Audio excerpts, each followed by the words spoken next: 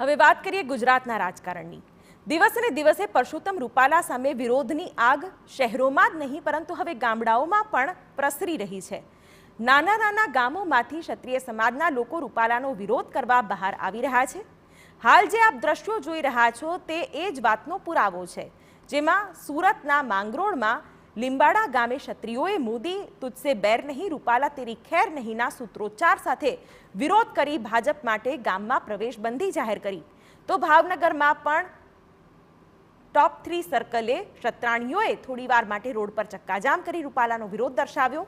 તો વડોદરાના ડભોઈ તાલુકાના વધુ 2 ગામ ખાનપુર અને માંડવા રૂપાલાના વિરોધમાં જોડાયા હતા અને ભાજપના નેતાઓના પ્રવેશ પર પ્રતિબંધ મૂકતા બેનર લગાવ્યા।